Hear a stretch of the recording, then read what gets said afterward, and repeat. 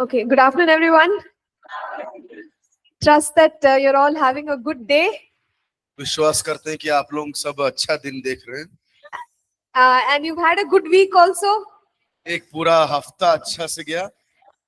Are you learning something new? क्या कुछ नया सीखने को मिल रहा है? That's good. And please make sure that you make time to read the books. और ये समय निकालें कि ये जो किताब आपके पास दिया गया है उसको थोड़ा जरूर पढ़ लें। So then, even though we are touching the highlights, you will have better understanding when you study the books. और सही है, आप जो है अच्छे से पढ़ाया जा रहा है आपको, लेकिन ये किताब जब पढ़ेंगे और आपको उसके बारे में ज्ञान मिलेगा। So let's pray and begin. आइए हम प्रार्थना में जाएंगे और शुरू करेंगे। Heavenly Father, we thank you for this time in your word. प्रभु परमेश्वर, आपके वचन के लिए धन्यवाद, इस समय के लिए धन्यवाद। Lord, we pray that you will give us the grace to learn from your word. हे प्रभु, आपकी कृपा दे ताकि हम आपके वचन में से पढ़ सकें। Give us good understanding. हमें अच्छा समझ दे। We thank you once again, oh God. हम एक और बार आपको धन्यवाद देते हैं। In Jesus' name we pray. यीशु मसीह के नाम से मांगते हैं। Amen. आमीन। Okay, so let's continue in learning from the book Code of Honor. आइए हम जो आधार की संहिता है उसमें से आगे बढ़ेंगे। So yesterday we saw how one minister of God's personal life should be. कल देखा कि एक मसीही व्यक्ति या सेवकाई में जो है उसका व्यक्तिगत जीवन कैसा होना चाहिए, and how they must take care of their family. और किस प्रकार से वो अपने परिवार को देखना है, ध्यान देना है। And after the class, I think there were more questions. और क्लास के बाद में बहुत सारे सवाल आए थे, Especially those who are not married. प्रत्येक तरीके से वो लोग जो विवाहित नहीं है उनके तरफ से ज्यादा सवाल आया So था। they came and asked me so many questions. और वो लोग आगे आके कई प्रश्न पूछे। And I'm so happy that you are actually thinking about these things. और मैं बहुत खुश हूँ कि आप लोग इस विषय में सोच रहे हैं। And one more person came and asked, ma'am, is it wrong to be in a relationship? और कोई एक व्यक्ति आके पूछे कि क्या ये गलत है कि हम एक रिश्ते में हो। Okay, so see, the thing is, when we talk about a relationship, हम जब एक रिश्ते के बारे में बातचीत करते हैं, we need to intend marriage. उसका रिश्ते का मतलब है कि हम शादी के बंधन में होना चाहिए। No, we are planning, like if you're in a relationship, hopefully you're planning to get married. That's why you're in a relationship. Okay, माफ कीजिएगा, अगर रिश्ते का मतलब ये है कि हो सकता है वो रिश्ता जो है आप शादी के लिए बनाया हो। Okay, so what we say is it is best to focus on our studies. अच्छा ये होगा कि आप अभी जो है अपने पढ़ाई पर ध्यान दें, Focus on work. आपके अभी के काम में ध्यान दें।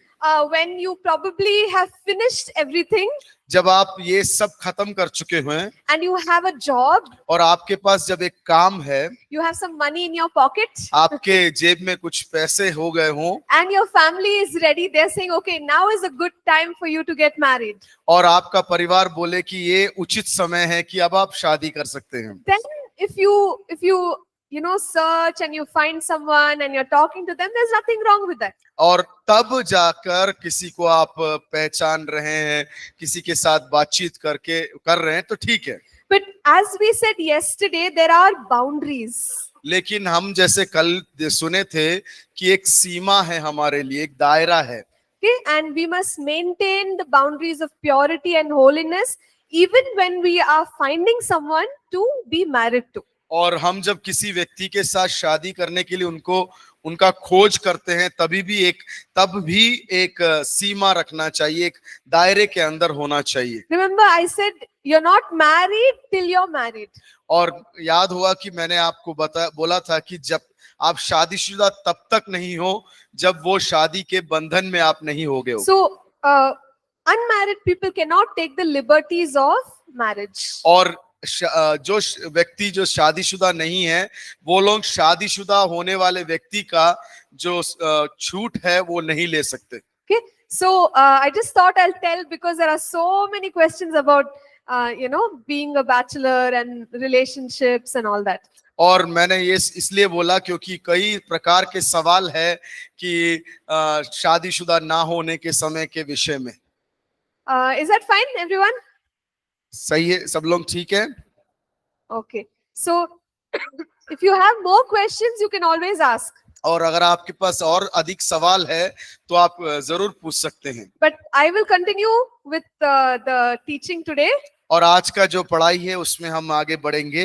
Whenever you find like break time and all, you just come and ask if you have questions. और जब आपको ब्रेक टाइम मिलता है उस समय आप आ सकते हैं और अपने सवाल को पूछ सकते हैं। So now let's look at chapter 3. और आइए हम इस किताब का तीसरा पाठ देखेंगे। It is about people.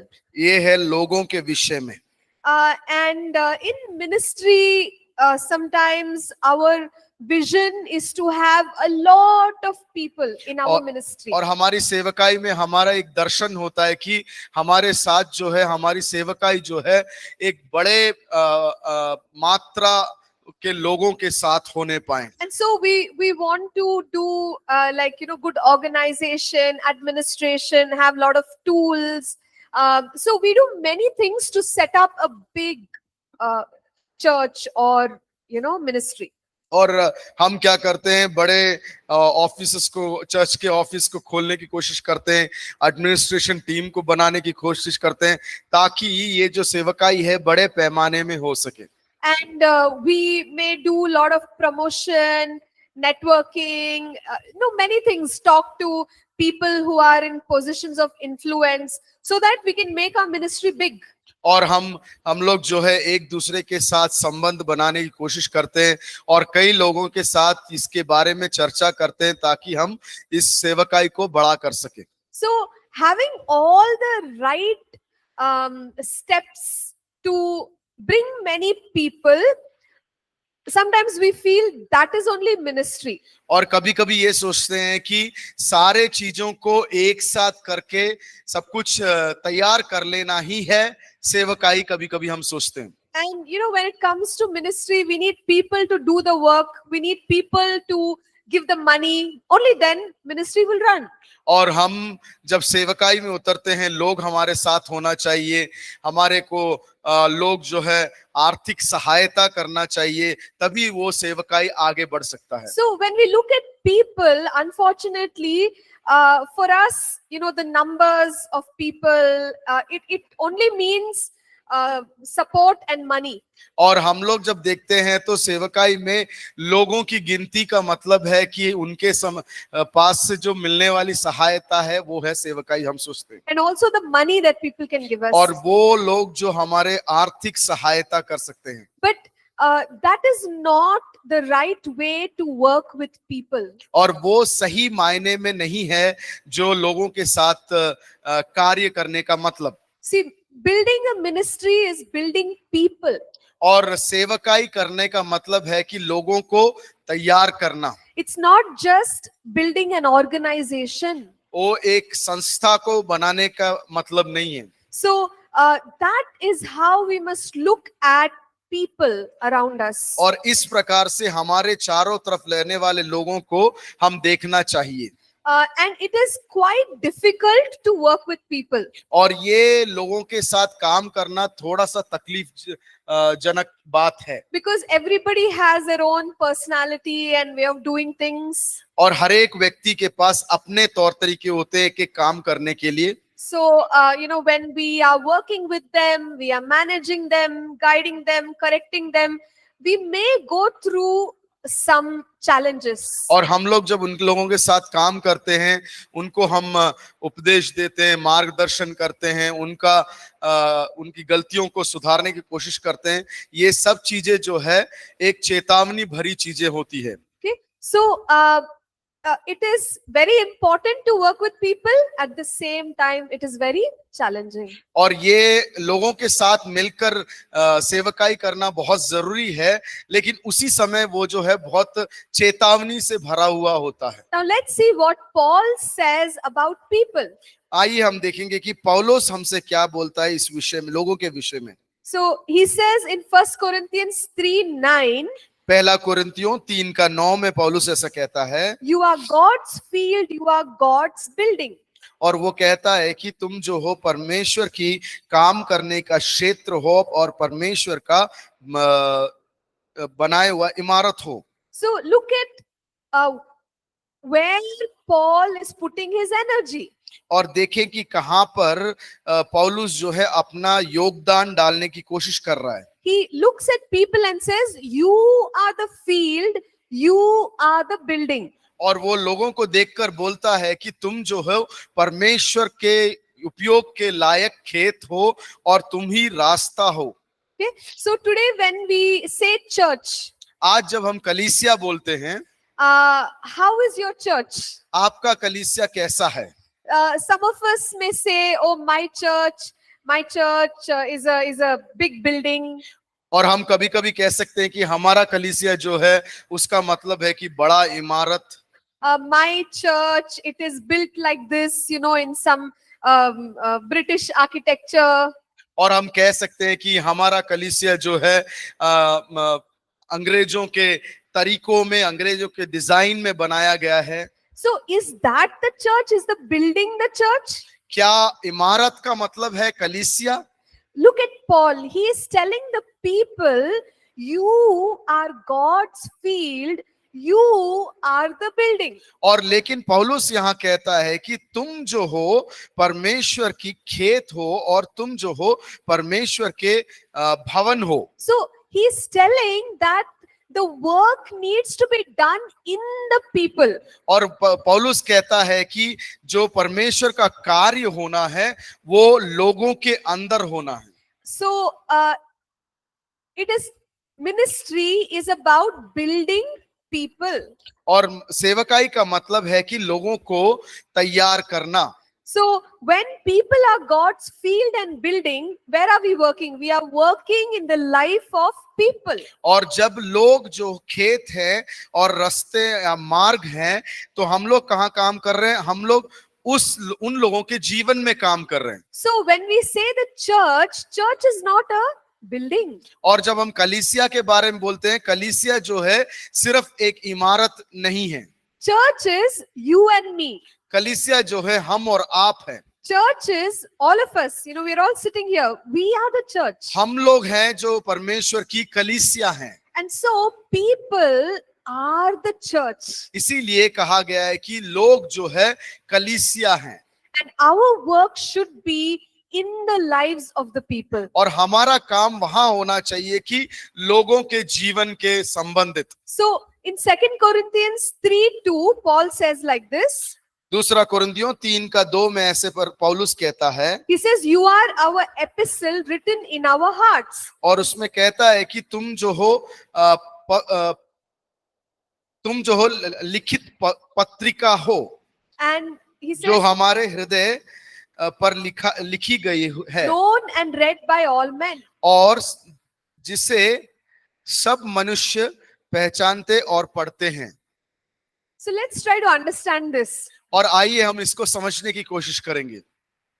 When we want to do ministry, जब हमें सेवकाई करने की जरूरत है, we should have people in our hearts. और हमारे जीवन में, नहीं तो लोग हमारे हृदय में होने चाहिए। Okay, so we need to have a heart for people.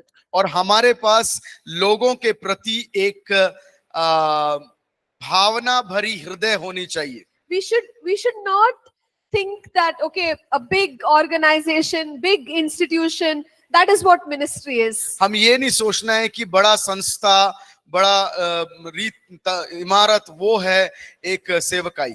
But Paul says, you are the letter written on my heart.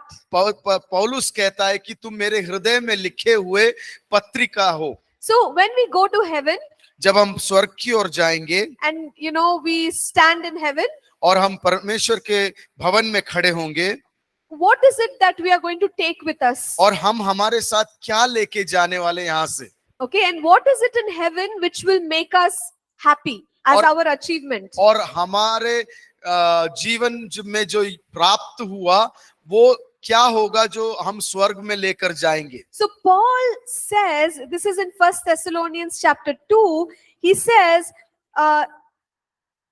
our hope, joy, and crown of rejoicing. He says, you are the hope, joy, and crown of rejoicing. और पहला तस्सलोनियों दूसरे अध्याय में लिखा हुआ है कि तुम हमारे आनंद का मुकुट हो।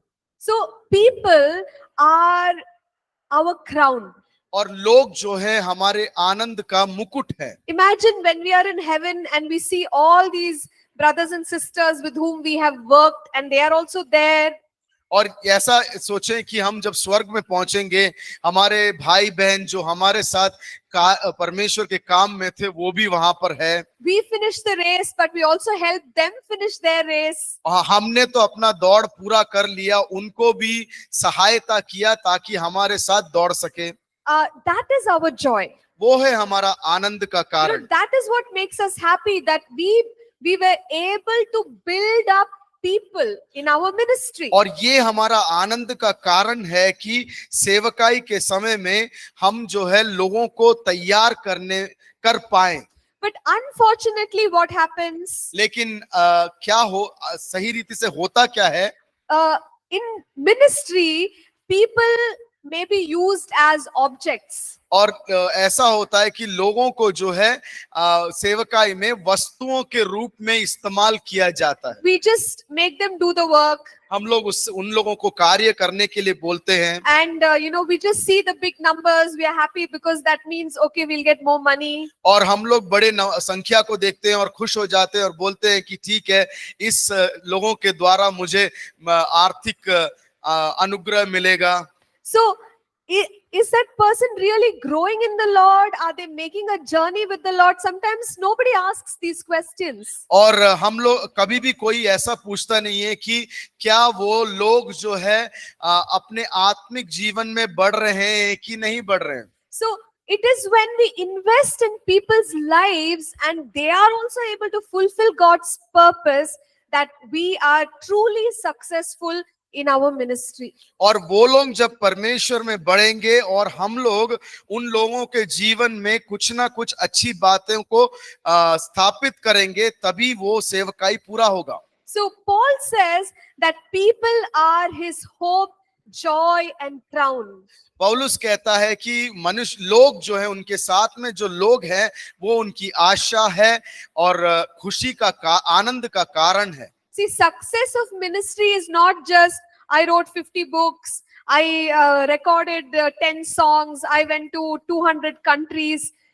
Yes, it sounds like achievement, but that is not the true achievement. और ऐसा हमें हमारे बातों में सक्सेस मिल गया, उसका मतलब ये नहीं है कि हमने 50 किताब लिख लिए और 200 राज्यों में चले गए, गाने लिखे, और ये सब सही मात्रा में जो है हमारे को मिला हुआ एक मूल्य है वो, लेकिन सही मायने में सेवकाई में वो एक मूल्य नहीं है। People are our reward. और लोग हैं जो हमें मिलता है मूल्य के रूप में। So true ministry is to carry people in our hearts. और सही पैमाने में, सही मान्यता में सेवकाई में लोगों को हमारे साथ लेकर चलना होता है सेवकाई। So we value people. और हम जो है लोगों को वो उनका मूल्य देते हैं। We don't just use people. हम लोग उनका इस्तेमाल नहीं करते हैं। So that is the example from the Bible that we get. और वो उदाहरण जो है हमें परमेश्वर की वचन में से मिलता है। And so we have to always remember that. और हमें हमेशा ये विषय में याद रखना है। Ministry is to build up people. और कि सेवकाई का मतलब ये है कि लोगों को तैयार करना। So now when we are making people ready, जब हम लोगों को तैयार कर रहे हैं, we must also understand that it is going to take long time to prepare them in the Lord. और ये भी हमें जानना जरूरी है कि इनको तैयार करने में हमें बहुत समय भी लगेगा। So they are making a journey for growth, और वो लोग जो है बढ़ने के क्षेत्र में एक यात्रा में हैं, and we may feel that I taught them everything, by now they should be ready.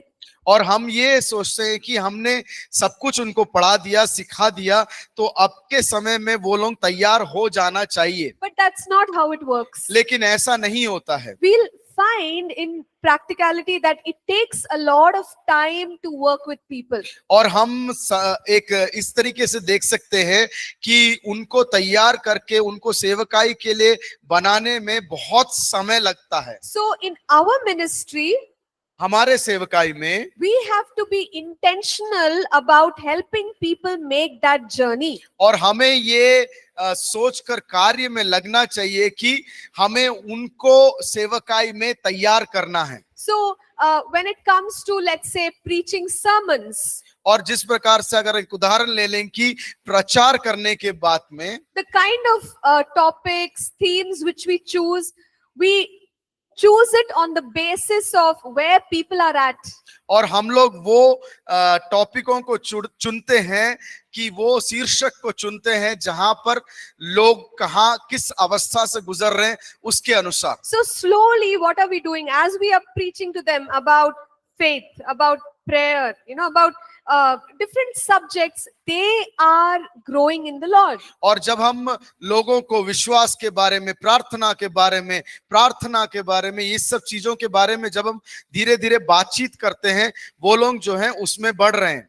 And we have to think about these things. और हमें इस विषयों में सोचना भी जरूरी है। So what we are doing is, through our ministry, we are slowly helping them become mature in the Lord.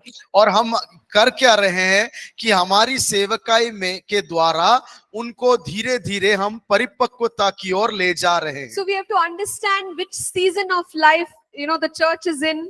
और हमें समझने की भी जरूरत है कि हमारा कलीसिया जो है किस दौर से गुजर रहा है, And what is the Lord telling us? और हमारा परमेश्वर हमसे क्या बातचीत करना चाहता है।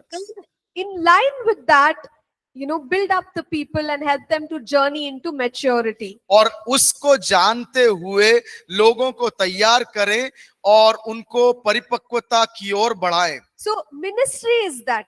वो है सही रीति से सेवकाई। Even later we will talk about preaching and teaching. और आगे आकर हम लोग प्रचार और शिक्षा के बारे में देखेंगे जरूर। But one thing we want to say about preaching and teaching is that it has to be intentional. और एक बात मैं कहना चाहती हूँ यहाँ पर प्रचार और पढ़ाई के शिक्षा के बारे में कि वो जो है जानबूझकर किया जाता है। So we have to choose what we want to teach the people. और हमें ये तैयार रखना है कि हमें उनको क्या शिक्षा देना है और उनसे क्या प्रचार करना है। Okay, did you all understand what we are trying to say? अभी तक समझ में आया? Ministry is about building people. सेवकाई जो है लोगों को तैयार करना है। People will grow slowly. और लोग जो है धीरे धीरे बढ़ेंगे। And as a minister of God or as a pastor, we have to help them to grow.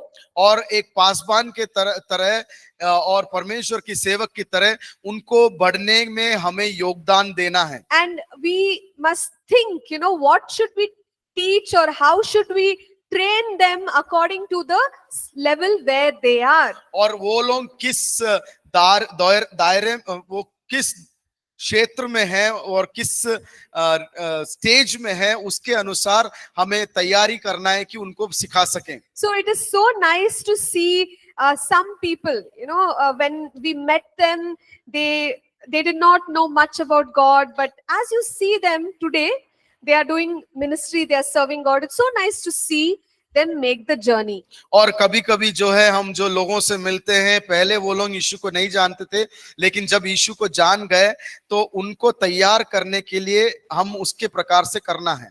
And No, to see them grow in the Lord is so nice. और Some उनको examples. परमेश्वर में बढ़ता हुआ देखना बहुत अच्छा लगता है। So let us look at many other things about people. हम और कई क्षेत्र देखेंगे लोगों के बारे में।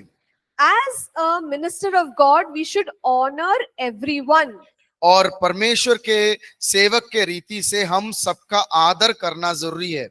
In Matthew 10:42, मत्ती 10 का 42, Jesus said, and whoever gives one of these little ones only a cup of cold water in the name of a disciple, assuredly I say to you, he shall by no means lose his reward. जो कोई इन छोटों में से एक को चेला जानकर केवल एक कटोरा ठंडा पानी पिलाएगा, मैं तुमसे सच कहता हूँ, वह किसी रीति से अपना प्रतिफल ना खोएगा। So treating even somebody well because they are a disciple is honorable. और वो लोग परमेश्वर के शिष्य है, इस कारण से उनको आदर करना भी सेवकाई है। See, we have all kinds of people in the Lord. और हमारे पास जो हम लोग जो है परमेश्वर की सेवकाई में अनेकों तरीके के लोगों को देखते हैं। But we should not discriminate between people. और लेकिन हमें लोगों के बीच में अंतर नहीं बनाना चाहिए। We have to respect people irrespective of their gender. और उनका कोई भी लिंग हो, उनको जो है आदर देना जरूरी है। We have to respect people, whichever social standing they are from, we have to respect everyone. और कोई भी सामूहिक दर्जे में खड़े होने वाले लोग हो, उनका आदर करना चाहिए। Some may be rich, some may be poor, but we have to respect everyone. और कुछ लोग अमीर होंगे, कुछ लोग गरीब होंगे, उन सबका एक समान आदर करना जरूरी है। So sometimes there are children, sometimes there are older people, but respect everyone. कभी कभी कुछ बच्चे होते हैं, कुछ बड़े बुजुर्ग लोग होते हैं, उनका भी आदर करना जरूरी है। Some people have a lot of experience in God, some people are new in the Lord, but respect everyone. और कुछ लोगों को परमेश्वर की सेवकाई में बहुत अधिक अनुभव होता है, कुछ लोगों को कम होता है, उन लोगों का एक समान आदर करना चाहिए। See, as a servant of God, एक परमेश्वर के सेवक के रीति से if we carry a true heart that cares for people, अगर हम ऐसा एक हृदय रखते हैं जो दूसरों का आदर करते हैं, no, actually you can tell. You can tell, like if somebody has a true heart, you can tell that they have a true heart. और हम किसी को भी देखकर उनके अंदर एक अच्छा अगर हृदय है, अच्छा सोच विचार है, उनको देखकर ही हम बोल सकते हैं। So one needs to have a true heart for the people.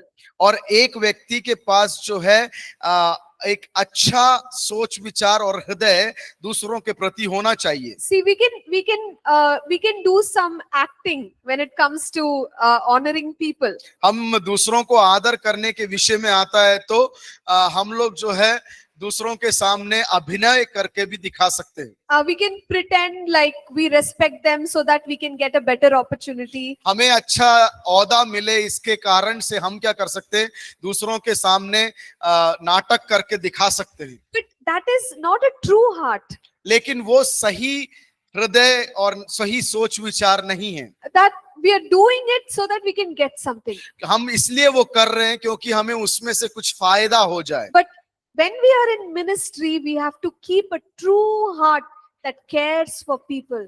लेकिन हम जब सेवकाई में हैं तो एक निर्मल हृदय और सही सोच विचार रखने की जरूरत है। When it comes to being a servant of God, जब परमेश्वर के सेवक के रूप में आता है, we also have to learn to honor the elders or the fathers in the faith. और जो है बुजुर्ग लोग जो हैं और सेवकाई में जो ऊंचे ओहदे में हैं, उनका भी आदर करना सीखना चाहिए। 1 Timothy 5:17. पहला Timothy 5:17, It says, "Let the elders who rule well be counted worthy of double honor, especially those who labor in word and doctrine." जो प्राचीन अच्छा प्रबंध करते हैं, विशेष करके वे जो वचन सुनाते और सिखाने में परिश्रम करते हैं, 2 गुने आदर के योग्य समझे जाए। So the Bible teaches us that we must respect and honor those who are serving the Lord. और परमेश्वर का वचन ये हमें सिखाता है कि जो सेवकाई में है उनका आदर करना जरूरी है। So sometimes we see these pastors, these leaders whom, when we were growing up, we were listening to their sermons. और हम कभी कभी जो है परमेश्वर के दासों को और दासियों को देखते हैं, जब हम छोटे उम्र से बड़े हो रहे थे तब उनके प्रचार को सुनते थे। But today we are all grown up. और आज के दिन में हम बड़े हो गए हैं And we may learn many things. और हम कई चीजों के बारे में ज्ञान प्राप्त करेंगे। And when we interact with them, we may feel that they are so old-fashioned. और जब हम उनसे वार्तालाप करेंगे हमको कभी कभी लगेगा कि वो तो पुराने ख्यालात के लोग हैं।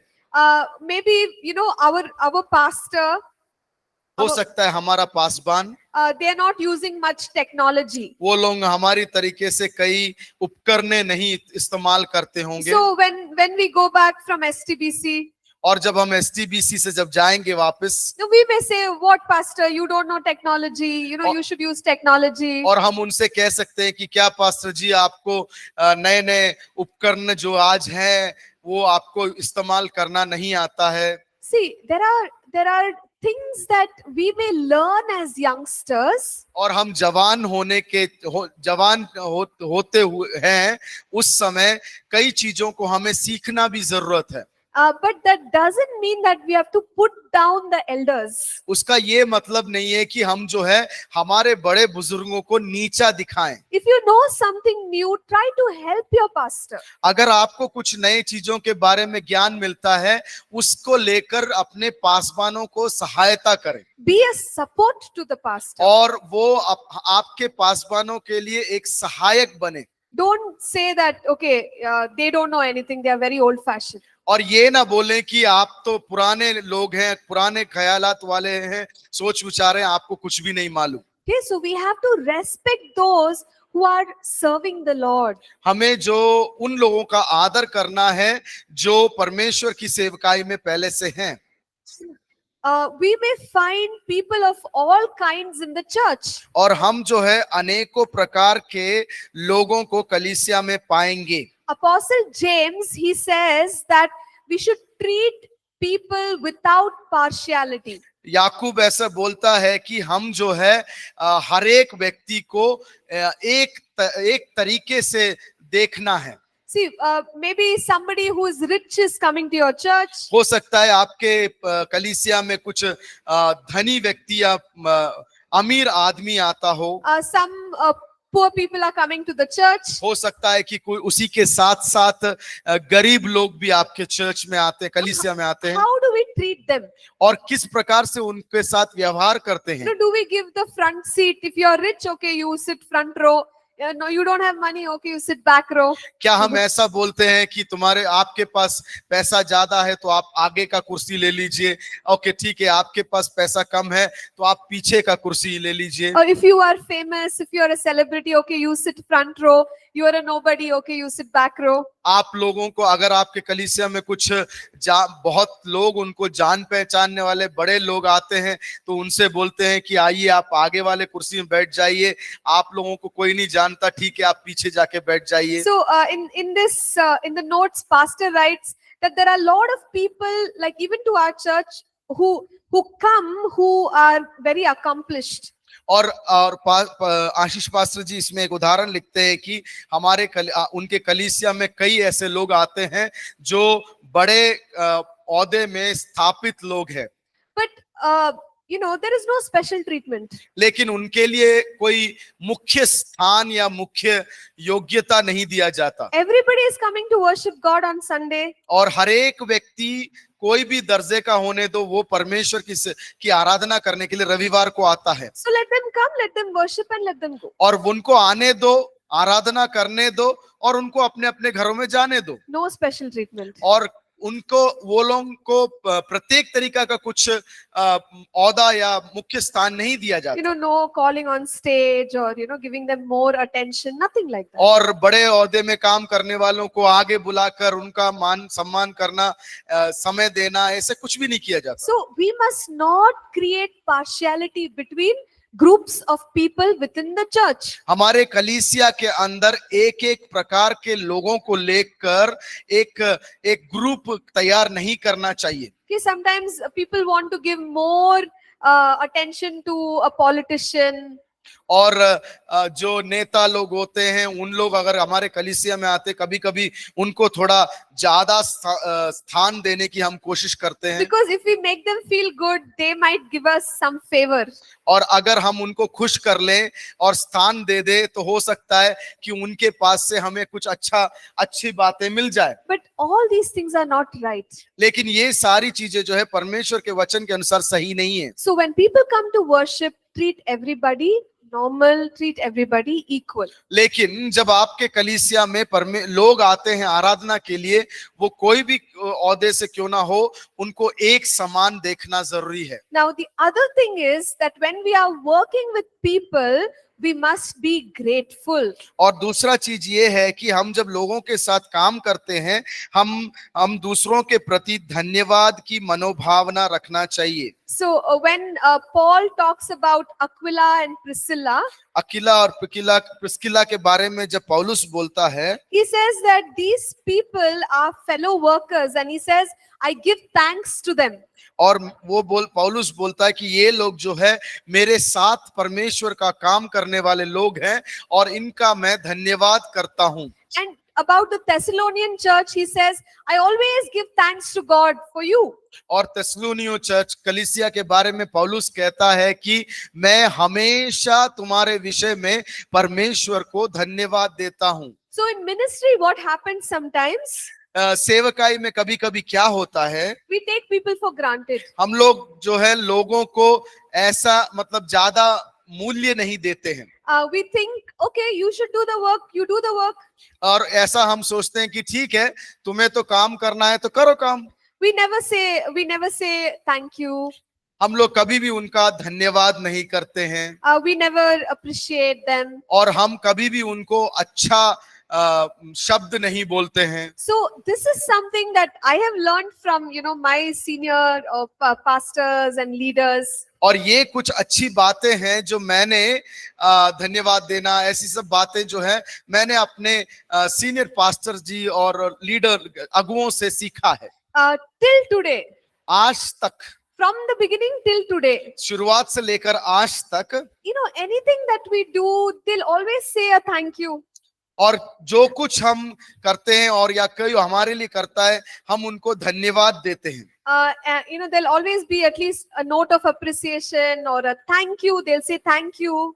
और अब हमेशा यही कोशिश में लगे रहते हैं कि उनने जो कार्य किया है उसके लिए अच्छे शब्द उनको बोला जाए और उनका धन्यवाद किया जाए। So it's become like a culture in our church. और ये जो है हमारी कलीसिया में जो है एक तरीके के समान बन चुका है That we should not take anybody and their services for granted. और उनकी दूसरे लोगों की सेवकाई जो है, सहायता को जो है तुच्छ ना समझें। And particularly when we are going higher in the ministry, और प्रत्येक तरीके से जब हम प्रभु की सेवकाई में ऊंचा बढ़ते जाते हैं, we may feel that people are supposed to serve.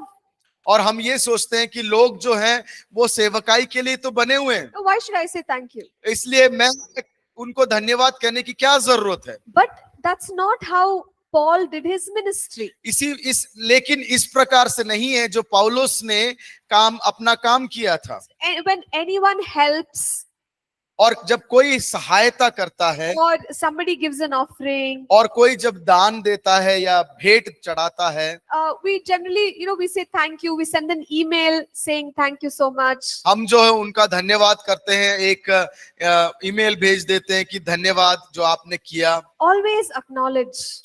हमेशा जो है उनको मान्यता दो। Okay? And never neglect people. और कभी भी उनको लोगों को तिरस्कार मत करो।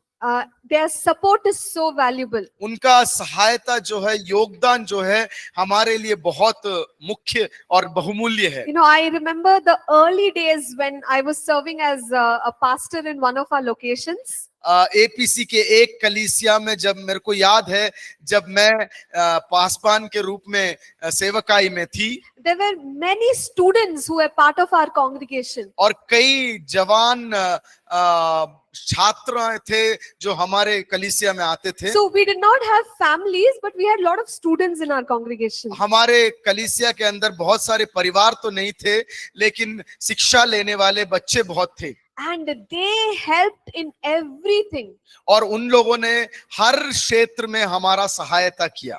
Whether it is cleaning the church or going for house visits, I'll always have 2-3 youth with me. It will be like one army behind me. और हमेशा क्या होता था कि वो चाहे वो होने दो कि कलीसिया का सफाई करने का जरूरत हो या घर में जाने की प्रार्थना के लिए जरूरत हो, तो मेरे साथ एक अच्छी मात्रा में जवान लोग आया करते थे। Once I had to go to a location which is very far away, and it was quite late in the evening.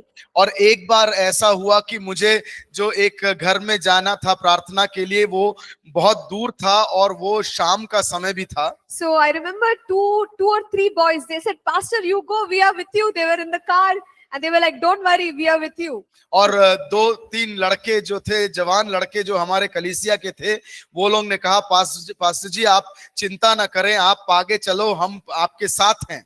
Okay, so when I look back now, I really cherish those memories. और आज मैं पलट के जब देखती हूँ तो वो सारे यादों को मैं बहुत अच्छा समझती हूँ। Now I'm grateful for each one of them. और मैं परमेश्वर से धन्यवाद देती हूँ कि उन सब लोगों के लिए। And today they'll send messages about, they are in the ministry, they got married. But it's so nice to see what God is doing in their lives today. और आज के समय पर वो लोग जो है हमें संदेश भेजते हैं कि आज वो लोग सेवकाई में हैं, आज वो लोग शादीशुदा हो चुके हैं, इस प्रकार से उनके अच्छे चीजों को बारे में हमसे संदेश भेजते हैं। But whatever they were doing, those are not small things. और जो कुछ वो उस समय कर रहे थे वो छोटा नहीं है। We literally built the church like that, the congregation like that. और इसी प्रकार जो है हम लोग जो है कलीसिया को बनाते हैं। So whatever anybody does, it is not a small thing. और जो कोई व्यक्ति होने दो हमारे कलीसिया में, वो लोग छोटा सा काम भी कर लें तो वो तुच्छ नहीं है। And as a leader and a pastor, we should acknowledge and say thank you. और एक पासबान के रूप में, एक अगुवे के रूप में, एक सेवक के रूप में हमें उनका धन्यवाद देना बहुत जरूरी है। Okay, so I'm just going to touch the different topics in the chapter. इस पाठ में अलग अलग जो शीर्षक है उसको मैं बताना चाहती I हूँ। hope you're all okay. आप लोग ठीक हैं, समझ में आ रहा Is है? the speed okay? ये स्पीड ठीक है? Okay. All right. So one more thing I'll share and then we'll take a break. एक और बात मैं आपके सामने बताऊंगी और उसके बाद हम ब्रेक लेंगे। So what sister asked yesterday, one question, बहन ने जो कल एक सवाल किया था, that can a pastor share personal matter? क्या एक पासबान दूसरों के साथ हमारा निजी बातें बांट सकता है? Can a pastor take the personal things that are shared and go tell it outside? क्या वो एक पासबान हमने जो उनसे निजी बातें बोला है उसको लेकर बाहर जाके और किसी लोगों के साथ बांट सकता है? So the answer is no.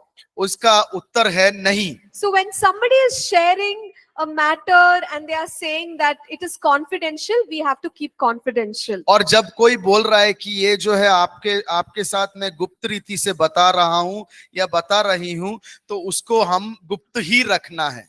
We should not make it a matter of gossip. और वो चर्चा का विषय नहीं बनाना है। And also we should not use it in the sermon as an example. और उसको हमारे प्रचार के बीच में एक उदाहरण के रूप में इस्तेमाल नहीं करना है। You imagine you told the pastor something and he's putting you as an example in the church in front of everyone. सोच के देखें कि आप ने कुछ बातें उनसे अपने पासबान से कहा और उनने अपने प्रचार के बीच में सब लोगों के सामने एक उदाहरण के रूप में बता दिया, तो Will you like that? क्या आपको पसंद आएगा? We will never like that. हमें Right? पसंद नहीं आएगा। So we should also be careful never to do that to someone. और हमें ये बहुत ध्यान देना है कि दूसरों के प्रति हम ऐसा नहीं करना है। Okay, so let's stop here हम यहाँ पर रोकेंगे and then we'll come back and continue. और हम वापस आएंगे और आगे को बढ़ेंगे। Okay, so let's take a break. Thank you.